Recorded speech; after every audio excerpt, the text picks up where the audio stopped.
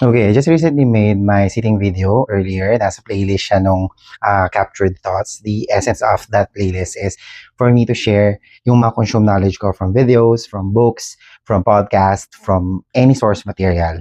And then I do have this habit kasi to journal all the learnings, and I would like to make it simple, and then I would like to communicate it to my friends. But now I'm using this as an avenue in order for me to share what I know sa paraan na feeling ko mas madaling maiintindihan. Now, ang unang book na diniscuss ko is Psychology of Money by Morgan Housel. Apparently, may mga na-miss akong topics doon. It's because I'm just using my notebook. Tapos sa notebook ko, pagka-flip ko ng page, dalawa pala yung na-flip ko. So may 6 topics ako na parang atraso doon sa first video ko. And I intend to use this one to continue the discussion. Ngayon, if you are one of my advisors, watch till the end because at the end, I'm going to discuss to you the nobility of our business because the last topic na i-discuss ko is related sa ginagawa natin bilang financial advisors. Okay? Hi, my name is Leandro Bauson. I am a manager of financial advisors, and this channel is intended to help Filipinos do better at financial planning and also to help financial advisors to do their job. Okay, so let's go back to the next topics. The first one is freedom. Yung money is freedom, ang ibig niyang sabihin talaga dito is ang binibili talaga ng pera ay oras. Now, when we were young, more or less, we value money because it helps us to buy things that we want. Kung ano man yung mga material things na gusto mong meron ka, ginagamit mo yung pera mo. But as you grow older, nag-iiba na yung concept mo ng money. Naniniwala ka na hindi yun yung endpoint ng lahat. At nakikita mo na lang yung money as a tool. Ang concept na tinuturo ni Morgan Housel dito is that yung freedom, yun yung best na mabibili ng pera. Freedom to pursue your life, kung paano mo nakikita as fit na buhay mo. So spending the time to your loved ones or pursuing your passion, traveling the world. So yun yung freedom na nabibigay ng pera. So nagtatrabaho ang mga tao because they wanted to ease up yung buhay nila and i-pursue kung ano yung gusto nilang gawin. So sometimes, pag tumitingin ako ng tao kung sino yung wealthy tsaka hindi, I'm not looking at the bank account but how free that person is sa schedule niya. Kasi aanhin mo naman, sobrang busy mo and all, for what purpose? Doon sa pera mo, aanhin mo uli yung pera mo. So tinuturo sa atin ng book ni Housel, yung Psychology of Money, na money is the best tool that you could use to buy back kung ano yung time and i-pursue mo kung ano yung mas importante sa'yo. Now, next is Man in the Car Paradox. Sa Man in the Car Paradox, kinikwento niya yon sa paraan ng may isang lalaki na nagdadrive ng sobrang garang kotse. Tapos, ang tingin ng tao na yun sa sarili niya is that people should respect me, they should be admiring me kasi I'm driving this ultra parang rare or strong car na hindi ma-afford ng normal na tao. Without thinking, na ang perspective ng mga taong hindi niya kakilala at nakikita siyang dinadrive yun, is that hindi naman siya nakakuha ng kahit anong admiration. Overestimate niya na as if yung ginagawa niya na pagpo-process ng mga mamahaling bagay is nakakadagdag sa pagkatao niya. It's not like that. Because people who are seeing that scenario might be thinking to themselves, siguro kung ako yung nagdadrive ng car, ano kaya yung feeling nun? Diba? Parang sinasabi dito sa book na ang tendency ng isang tao is to look at positive things as if they possess it. So they are looking at the man na, they're not actually looking at the man. They're focusing on the car and imagining if they're the one owning that car. So yun yung Man in the Car Paradox. Parang tinuturuan tayo ng lesson na to na to appreciate kung ano talaga yung valuable sa tao. More on the personality. Yung humility niya, yung positive experience mo nung nakasama siya. Because yun yung nakaka-earn talaga ng respect na tumatagal. Hindi kagaya ng, mayaman siya, etc. Then nakilala mo, pangit pala yung personality. So because of that, kahit anong gara ng suot niya, hindi naman nagiging magandang tingin sa kanya ng tao. So yun yung Man in the Car Paradox. Next, i-relate natin dun sa Man in the Car Paradox kasi yung next chapter is about wealth is something that you can see. Parang pinaliwanag dito ni Morgan na those people who are wearing or using things na sobrang mahal, it means money lost instead na having money. Kasi di ba pag bumili ka ng isang gamit, let's just say, mamahaling cellphone. So, meron kang pera nung binili mo yon, pero after mong bilhin yun, nawala yung pera mo because nagbayad ka. So, ibig sabihin, the more na marami kang ginagamit or marami kang binibili, may mga taong mag-iisip sa'yo na yung mga pera na yon, ginastos mo, kaya nawala na yung pera na yon. But yung ultra-rich people, lalo na sa mga na-encounter ko, nakakilala ko, they're not really parang very attached sa things that they own. Kasi they know that those are things only. And there are plenty of things in life na mas importante kaysa sa mga gamit at suot nila. And those people are really wealthy, very powerful because ang binili ng pera nila ay options. Binibigyan sila ng options in life na if ever man may pagbabago na mangyayari, they are free to pursue that because hindi nila ginastos yung pera nila. So parang tinuturo ng chapter na to, it's not always visible to see who are wealthy tapos sino yung struggling. You might be surprised, baka may kakilala kang mga sobrang simple lang tapos ultra rich pala.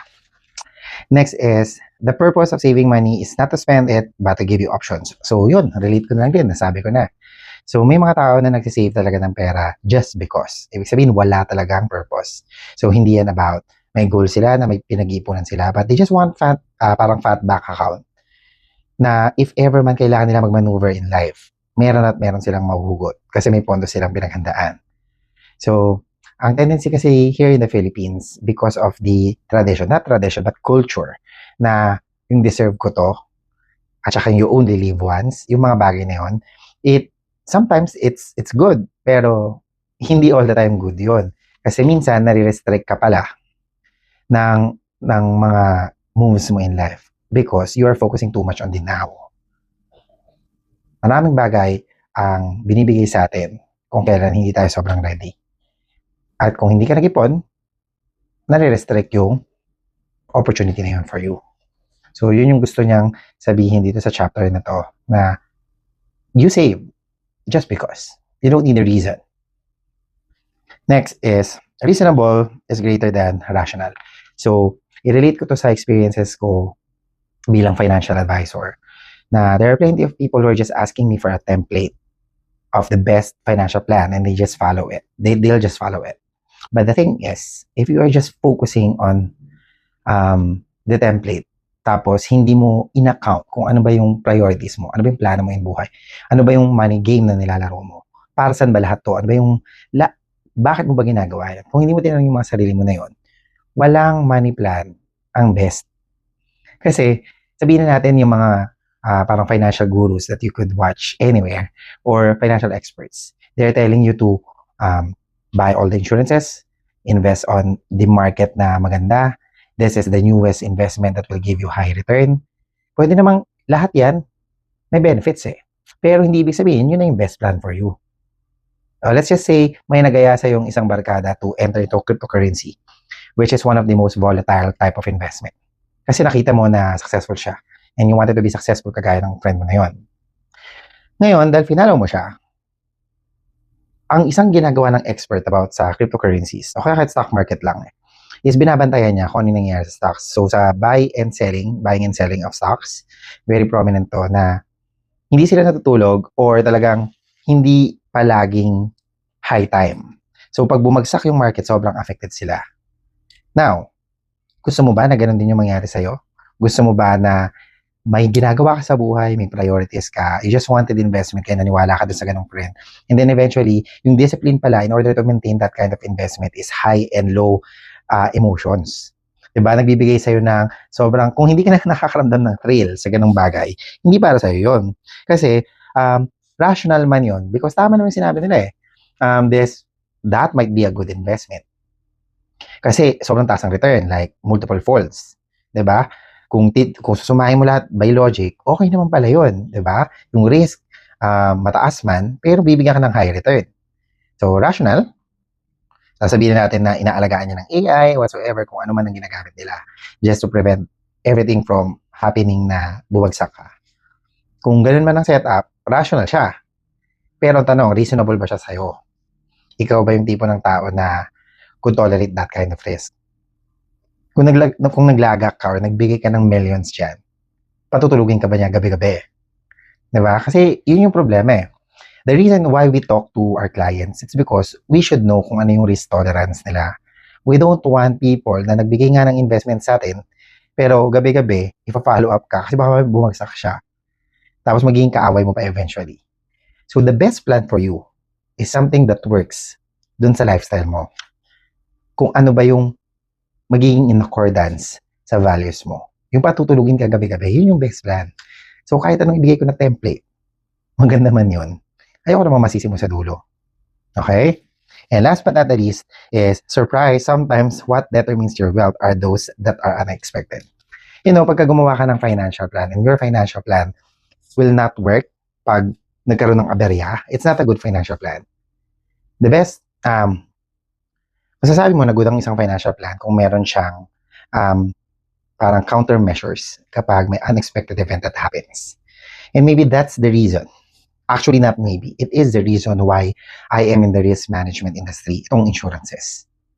So, for those of you na hindi ko naman agent, you can still follow kung ano yung dinidiscuss ko. But this is the most important thing para sa inyong mga agent ko na insurance advisors. Ganito yan. Ang ina-address talaga natin is maging handa ang isang tao financially sa unexpected na mangyayari sa kanya na maglalabas siya ng pera. So, instead na magalaw niya yung ipon niya, gagamitin na lang niya yung insurance. Kasi, ang kwento ng insurance, it started parang hundreds of years ago na about siya sa cargoes. Yung ship, barko, di ba, dahil sa trading, nag-aangkat ng products from one country to another country. Tapos, may tendencies na sa paglalayag nila, pwedeng yung mag-sink yung ship nila because of bad weather or whatever causes. Now, may isang negosyante na nakaisip na how about we open a contract kung saan magbabayad sila sa atin at i-insure natin yung mga cargo. Kung sakaling mag-sink yung ship nila at mawala yung cargo, babayaran natin sila. Pero kung sakaling hindi naman mag-sink, atin yung bayad, tapos na yung kontrata. So, ganun lang kasimple yung insurance na nagsimula. So, magandang kontrata. Win-win naman kasi yung sitwasyon eh. Ano yung win ng insurance company? Makatanggap ako ng premium. Pagka wala nangyari, goods. Pero pag may nangyari, talo siya. So, meron siyang risk, but that contract is basically a win for him.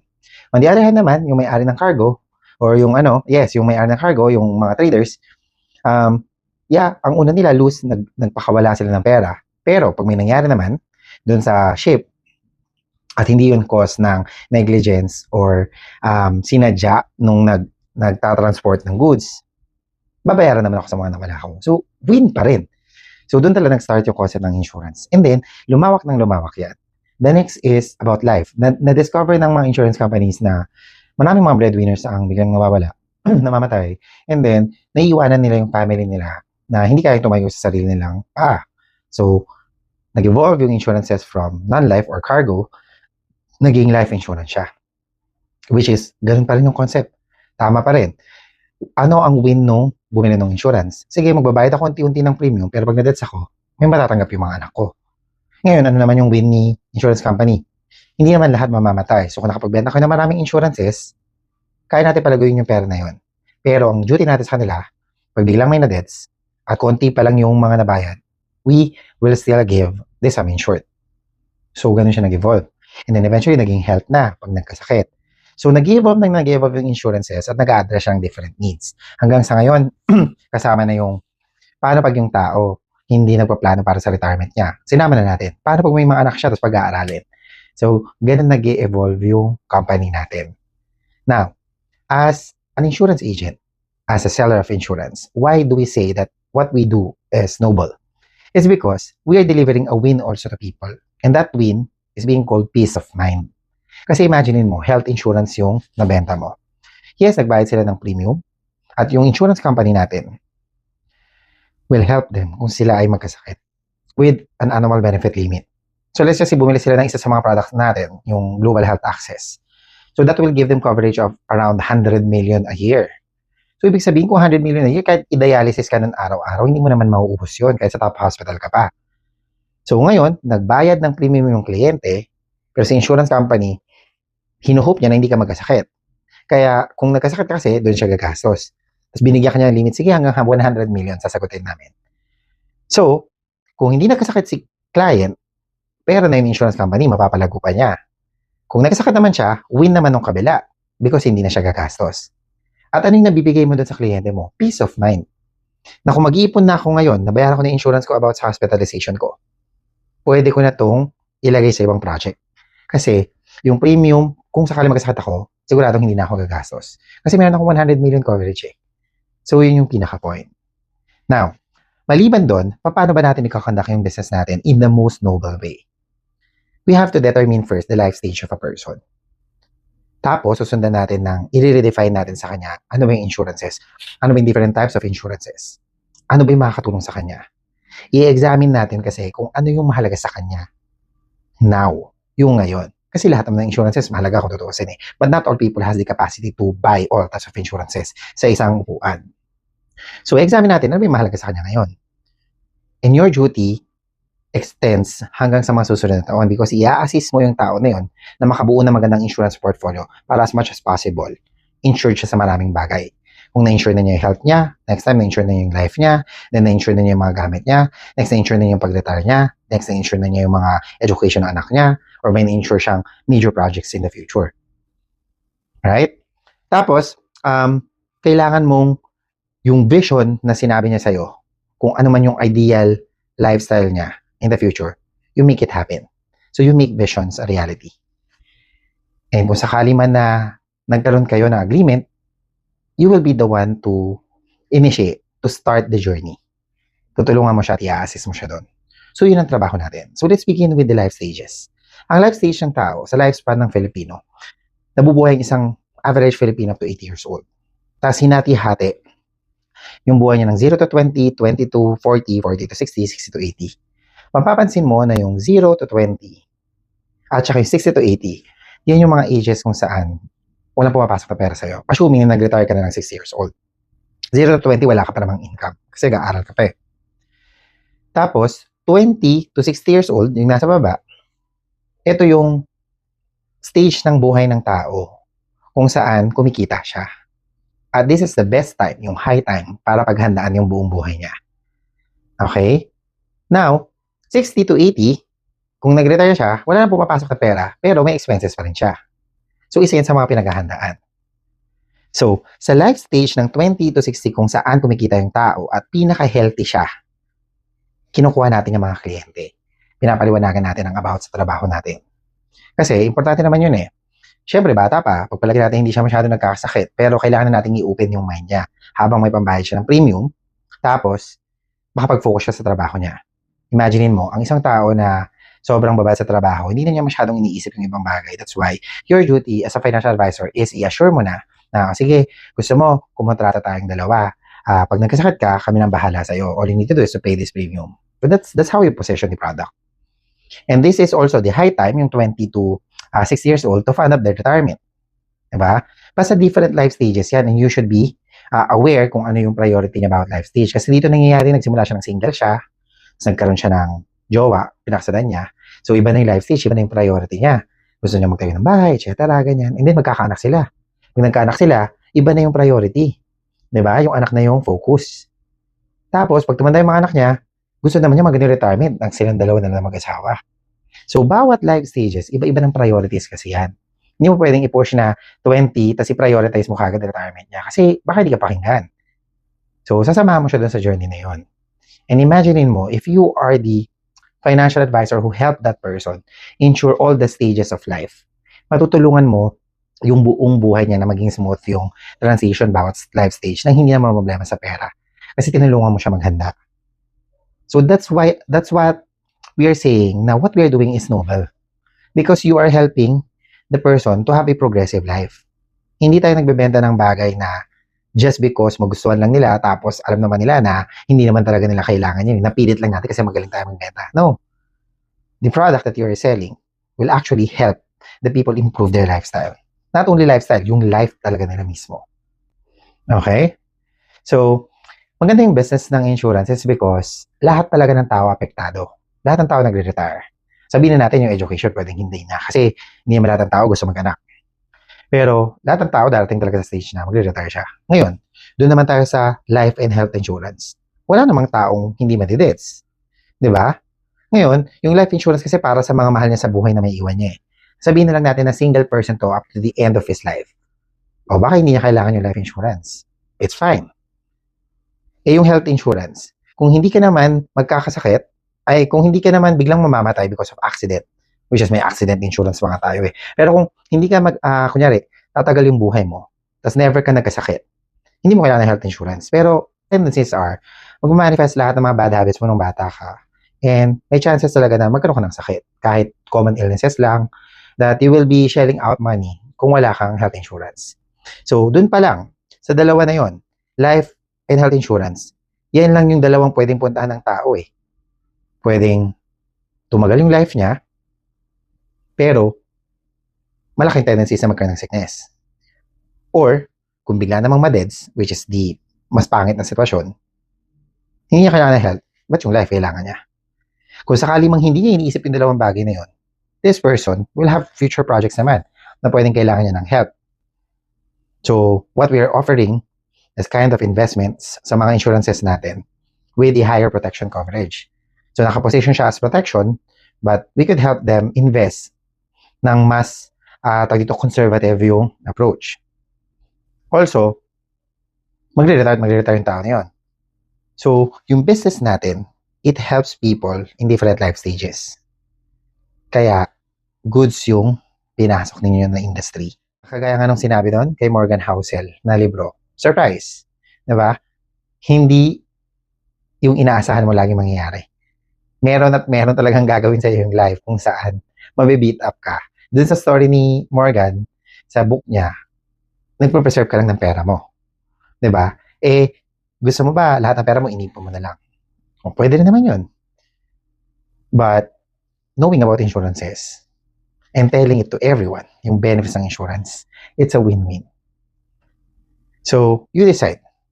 Do you think what we're doing is noble or it's just a scheme para lokohin yung tao? Because I believe dito sa ginagawa natin. And that's the reason why I am still here sa industry. And I've seen people who received death benefit. Yung family ng bumili ng life insurance, ng nadeds yun, they're really grateful because beyond the lifetime of that person, nagawa pa rin niyang isipin yung mga mahal niya sa buhay at nakatulong talaga sa kanila. I've seen people na nagpasalamat because hindi sila gumastos ng hospital. Hindi sila gumastos ng hospital bills nila because they already have health insurances. May mga kakilala akong nasa retirement age na and ang bumubuhay sa kanila is the pension na binuo ng isang financial advisor for their retirement. And there are some people who got lump sum money dun sa retiring age nila and nakapagtayo ng negosyo. So, nag-continue yung stream of income nila. We are really helping people. All you need to do is to believe na tama yung ginagawa mo. Because tama naman talaga yung ginagawa natin. And if you get to convince many Filipinos, you will help the country. Isa sa mga videos ko, sinabi ko kung gaano kaliit yung penetration rate sa Pilipinas. Nasa 1 to 2% lang ang may insurance. But if you're going to compare it to other countries like Singapore, average insurances ng bawat isang tao is nasa 7. Yung iba 11 insurances. Because that is the wise choice.